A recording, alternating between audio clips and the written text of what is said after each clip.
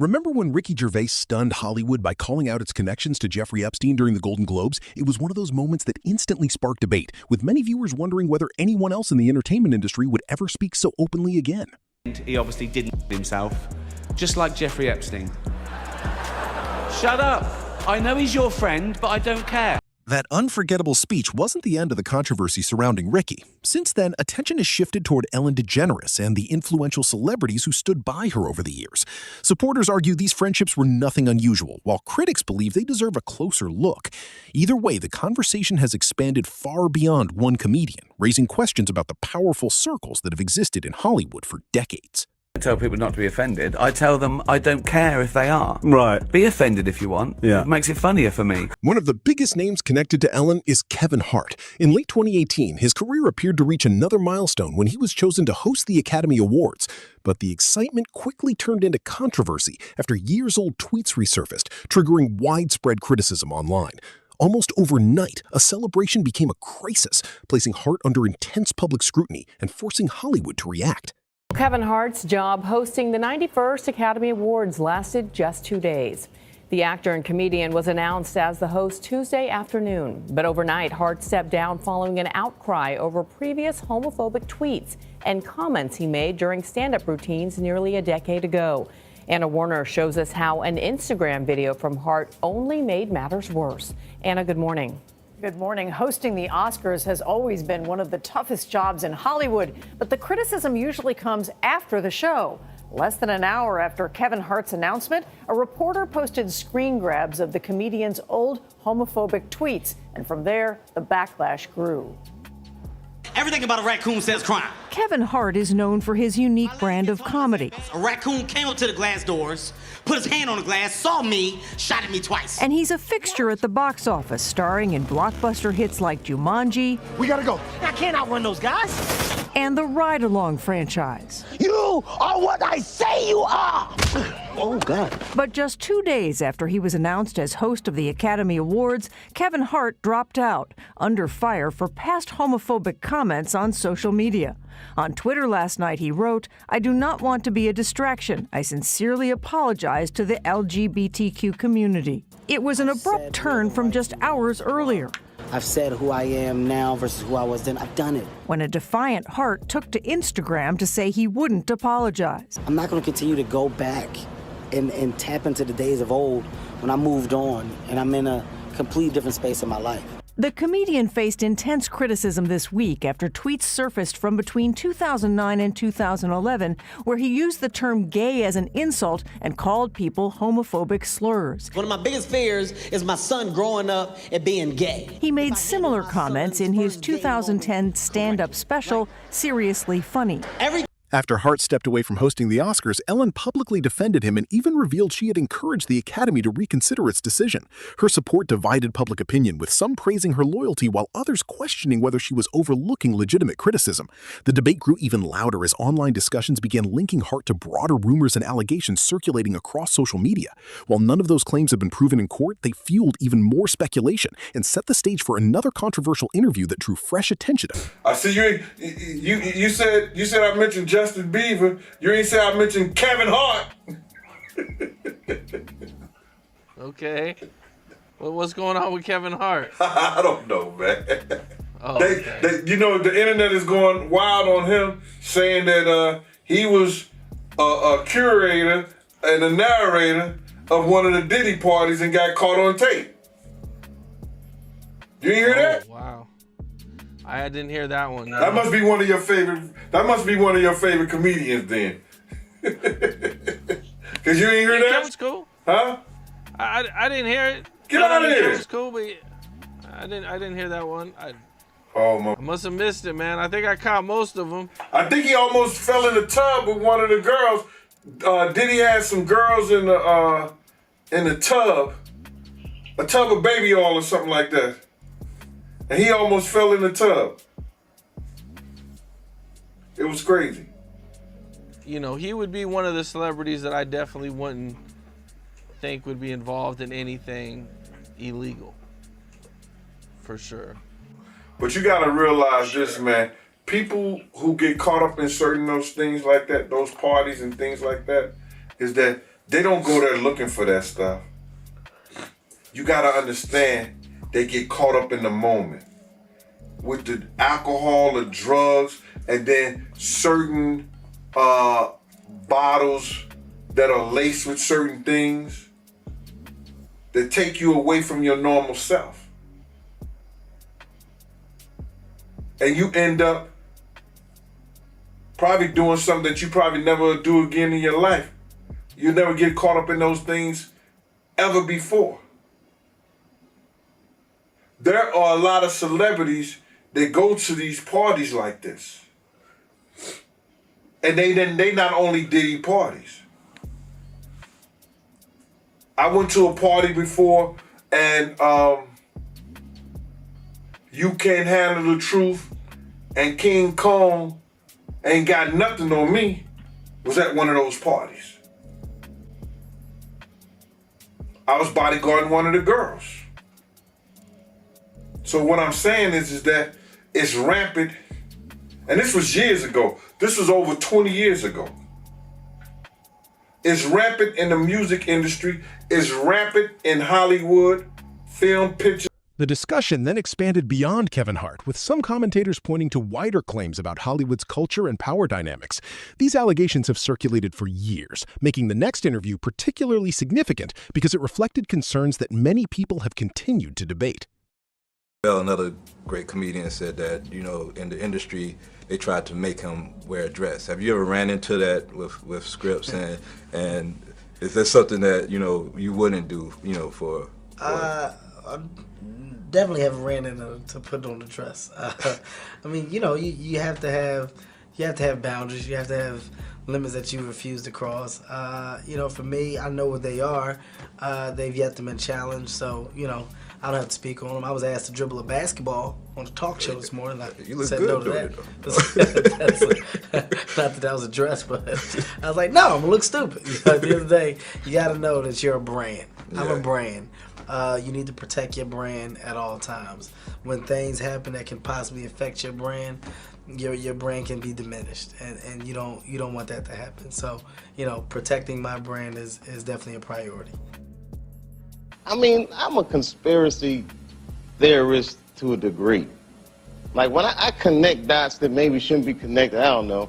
But certain dots, like when I see that they put every black man in the movies in a dress at some point in their career, I'll be connecting them down like, wow, all these brothers gotta wear a dress. This happened to me. I'm doing a movie with Martin. Yeah. The movie's going good. So I walk in the trailer. I'm like, man, this must be the wrong trailer because there's a dress in here. They come in. The writer comes in. I think he's the writer. He's like, Dave, listen, we got this hilarious scene where Martin's sneaking out of jail. So he disguises you as a prostitute. And he put this dress on. And, what? This prostitute? Nah, I'm not doing that. I don't feel comfortable with that. That should have been in the discussion. What? You don't feel comfortable with it? I mean, it's a hilarious bit. All the greats have done it. So, well, if all the greats have done it, it's kind of hacky, right? You're a writer. So why don't we just not do it? Because I don't feel comfortable wearing a dress. Oh, come on, Dave, listen, we got it all set up. We're supposed to shoot. Every minute you waste costs this much money. The pressure comes in. He said, I'm not wearing no dress, man. I'm funnier than a dress. Just give me something funny to say. I don't even wear no dress to be funny. What am I, Milton Berle? We're going like this. And then finally he's like, and he leaves. And then, like, the director comes, Dave, it really would be great if you wear the dress. What is wrong? What is this, Brokeback Mountain in here? So then,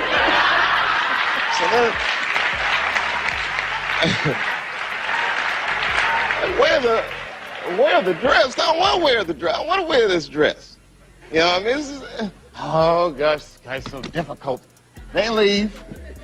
Now the producers comes, come on, David, would be so great. I mean, and then I started thinking about it. All the comics that I've seen, man, strong brothers, why they be putting us in these? As more accusations surfaced online, Kevin Hart's former assistant also made claims about his personal conduct. Those statements generated additional headlines, but they remain allegations that Hart has denied or that have not been established in court. Even so, they became another chapter in a story that kept drawing public attention and naturally shifted the focus toward another famous friend of Ellen whose legal troubles would dominate headlines next. What have you witnessed besides everybody seeing the tape? What have you witnessed, though, personal assistant? I witnessed there's a blonde girl who has this pretty curly hair. She's light-skinned, skinny. I think she's probably black and white, black and Spanish or something. She has like this fluffy, natural hair.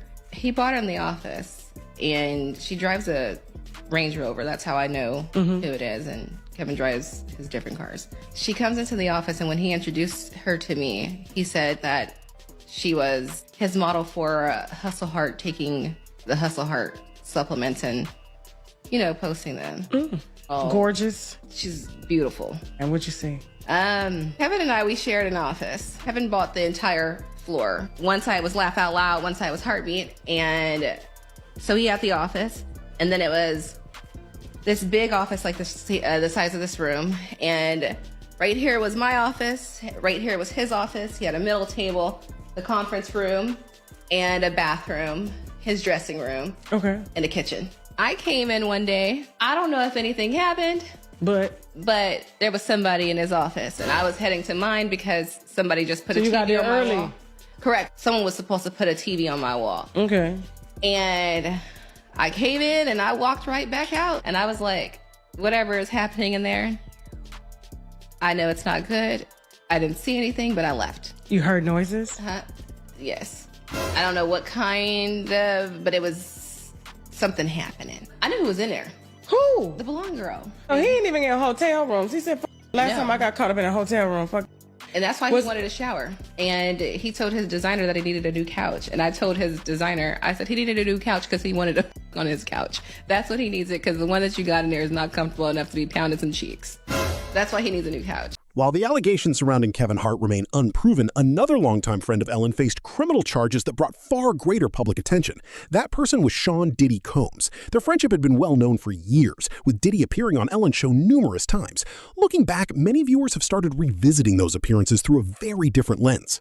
Right here from day one, we used to wake up and, pause, but like, check this out. Back in the days when he was like 10 and I was a little bit older, his older brother, we used to fight over the Frosted Flakes. You know what I'm saying? Before pause was invented.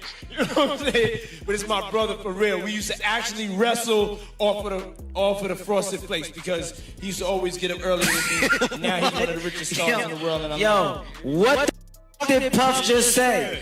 Nobody's going to acknowledge this with me. Puff just said we used to wrestle over the Frosted Flakes, and we're streaming live. That was stupid. Listen, that was fucking stupid. Listen, having a good time. As older interviews resurfaced, some audiences argued that Diddy's comments and behavior seemed more revealing in hindsight, while others believed they were simply ordinary television moments taken out of context. Regardless of interpretation, Ellen's long-standing friendship with him has continued to attract scrutiny. That discussion intensified further after former Judge Joe Brown suggested that investigators could still be pursuing information involving other influential figures connected to the case. And one of Ellen's longtime friends is P. Diddy.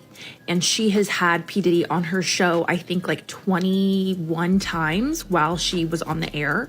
They have been friends for years, and when I was looking through some old clips of P. Diddy appearing on the Ellen show, it's very, very evident that P. Diddy felt very comfortable around Ellen. He felt very comfortable to say certain things in hindsight that are massively incriminating, and just goes to show you how untouchable P. Diddy felt that he was, because everyone knew what he was doing. Everyone knew what kind of man P. Diddy was. I want to show you guys a couple clips from P. Diddy on the Ellen show that I found particularly interesting. This first one is when P. Diddy and French Montana both appeared on the Ellen show. From the clip I'm about to show you, it is pretty evident that P. Diddy is not sober while on the show, and there is an awkward interaction between French Montana and P. Diddy that was just very bold. Whoa, boy, welcome to the show. What's up, big brother? I'm sorry, I had to pause it for a second because what was that? Why did he do that? I mean, this is really a special relationship, so this is big for both of you, but how did you come together? Love. Okay. Team on love. A website, or like, what is that? Man, check this out. We made it, man. Yeah. All the nights we talked about being on the couch together, we here. Look, right now, being in the present. That's Ellen right there. You know what I'm saying?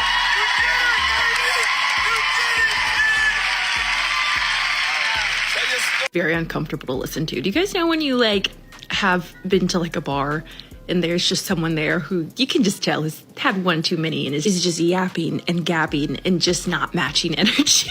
It gives me. Those remarks fueled even more speculation online. Some people began asking whether Ellen herself could know more than the public realizes, though no evidence has established such involvement. Others shifted their attention to several tragic events involving people who had been close to her, bringing renewed focus to the death of Stephen Twitch Boss and the questions that have continued to circulate since then. I'm not giving Diddy a pardon. Well, Dee Dee's case has not gotten all the way through the system.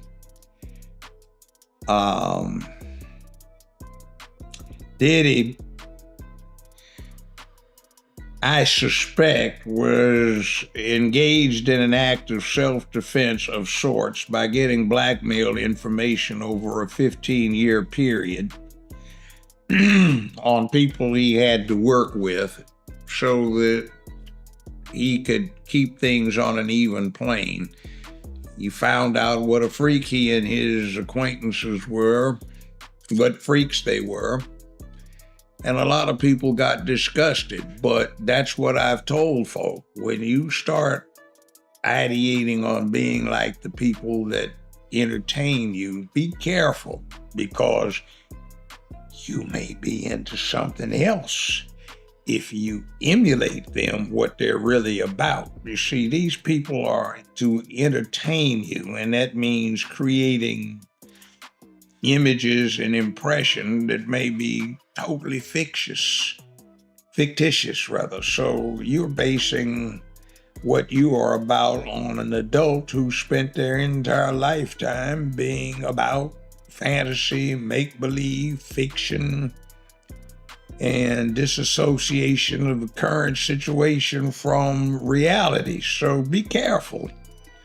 Now, one of the things I don't think Trump wants to do is to diffuse what may come out of this with ongoing investigations that are suggested by what occurred.